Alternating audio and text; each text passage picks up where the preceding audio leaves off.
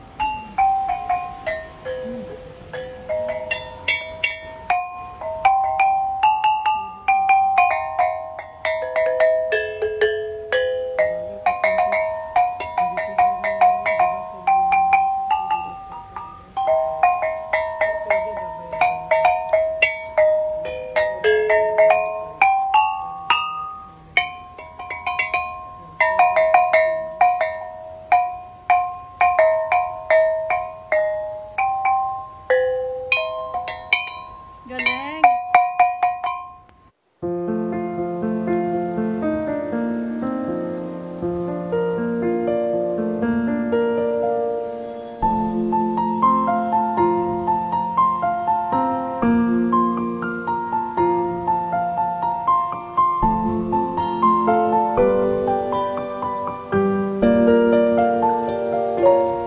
Kaya po itong tinalak na ano, made by the Dream po ito. Kaya yung Lake Cebu tinatawag nilang Land of the Dream Weavers. Dahil po dito yung original na gumagawa talaga ng tinalak. And we are in the Tiboli house. Yes po. Lahat po na makikita nyo dito, mga ano po yan, mga handmade. Mga cross stitch. And this lahat po beautiful lady here, yan. Opo. she knows how to weave.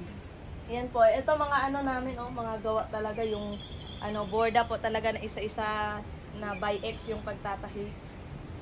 Yan yung mga original namin na ano. It's all handmade. Ayan, oh, mga And we're original. inside the Tiboli house. Ito, mga It's gawa rin yung amazing. ano. And the falls is outside there. Isang meter na, tita. Ito ang ano, dream weavers. They dream first to weave this one. Ano na lang, Only few people can do mas it. mahirap The to kaysa sa Tiboli dito sa tribes. Malo. Pwede yan, kahit ako. 850 per meter, tita. Mm. I have one, di ba? She's pure Tiboli. Yeah, there. She's so pretty. I know, they're so pretty. Thank you po. Look at that nose. So, she's a Tiboli tribe. Marunong po kaming magbisaya, Ilonggo, Tagalog dahil na din po sa pag-i-entertain ng mga visitors. Nag-business po ako na Bachelor of Science Business Administration, major in marketing po. You're good in marketing. Yes. No doubt. Yeah, no doubt. Ang tinatawag namin na sa Tiboli na tawag is hikong bante po.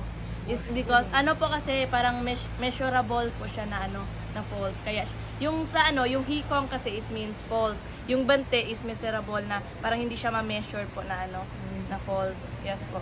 Dahil sa sobrang taas din po niya, hindi ma-measure.